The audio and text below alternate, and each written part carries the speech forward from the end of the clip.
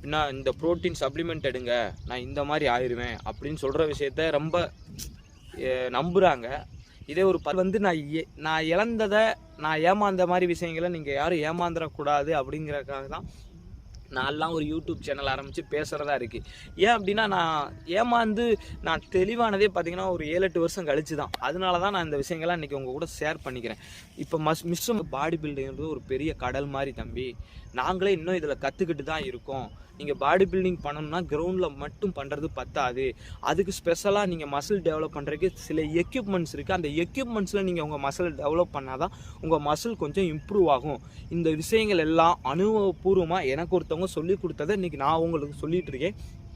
தயவு செய்து இந்த வீடியோவை நம்ம எப்படின்னா இங்கிலீஷ் நல்லா ஃப்ளூயண்ட்டாக பேசுகிறத வச்சும் தோற்றத்தை வச்சும் அவங்க பேசக்கூடிய அந்த வீடியோ கிளாரிட்டியை வச்சு தான் இன்றைக்கி எல்லாம் வியூ பண்ணுறாங்க ஒரு வீடியோவை.